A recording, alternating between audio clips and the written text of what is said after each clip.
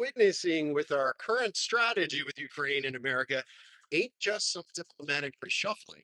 It's a fundamental realignment of global power that's been building for decades. Now, this is what you look at as a geopolitical plate tectonic shifting in real time. And the tremors are only just starting. So let's be pretty clear. That American led liberal international order, liberal meaning free trade, liberal meaning we're trying to avoid World War III, all of that stuff that defined the post World War II world is over. It is dead. It is finished. That system required both American will and capability. While we still have the capability, it has evaporated faster than rain in the Sahara Desert. Now, when a president votes against a United Nations resolution that condemns Russia's invasion, and you're joining basically like Russia, Belarus, and North Korea, that's not just a political shift.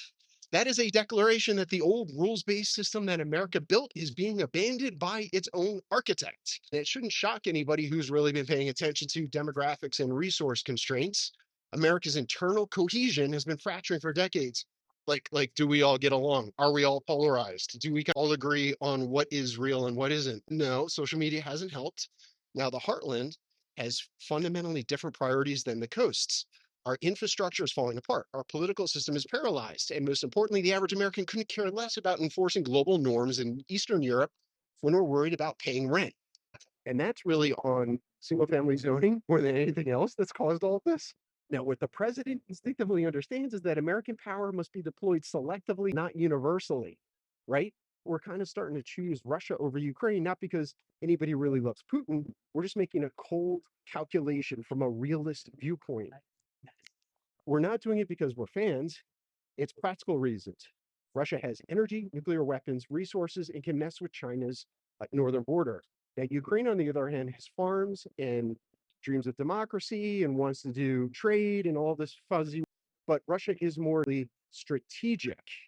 And I like Ukraine. You should protect it. But we're kind of cutting a lot of corners here and just being like, let's side with the best bullets up. So let's talk again. Thanks, boss. So let's talk.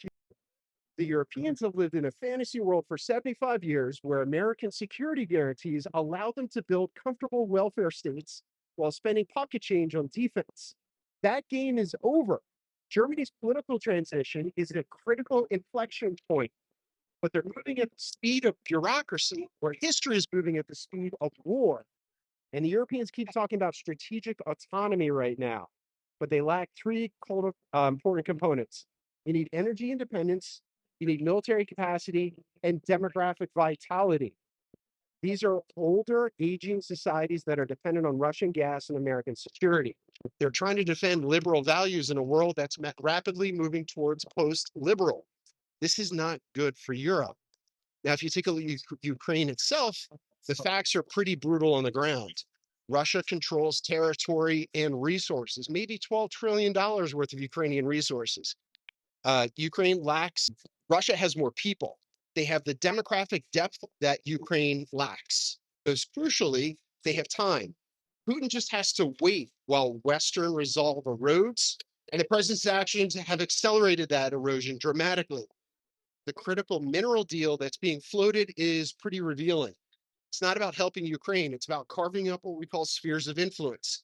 It's a 21st century version of great power politics that defined the 19th century, where major powers simply decide the fate of smaller nations.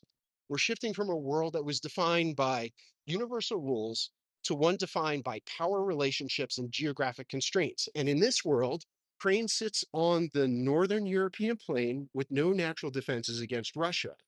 The Europeans lack the demographic will and the military ability to project power eastward to protect it.